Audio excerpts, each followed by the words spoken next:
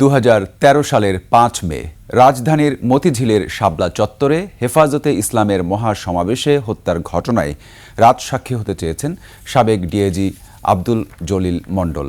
এরপর জামিনের আবেদন করেন তিনি।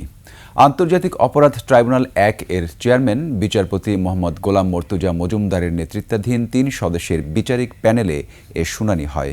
শুনানি শেষে তার জামিন নামঞ্জুর করে আদালত। শাপলা চত্বরে হেফাজতের সমাবেশের ওই ঘটনায় গত বছরের 5 মে আব্দুল জলিল মণ্ডল সহ 12 জনের বিরুদ্ধে হত্যা মামলা দায়ের করা হয়। জলিল মণ্ডল এই মামলার 2 নম্বর আসামি। আব্দুল জলিল মণ্ডল পুলিশ বাহিনীতে বিভিন্ন গুরুত্বপূর্ণ দায়িত্ব পালন করেছেন।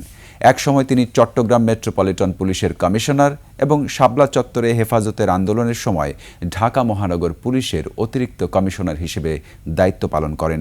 এছাড়া র্যাবের অতিরিক্ত মহাপরিচালক হিসেবেও দায়িত্ব পালন করেন তিনি।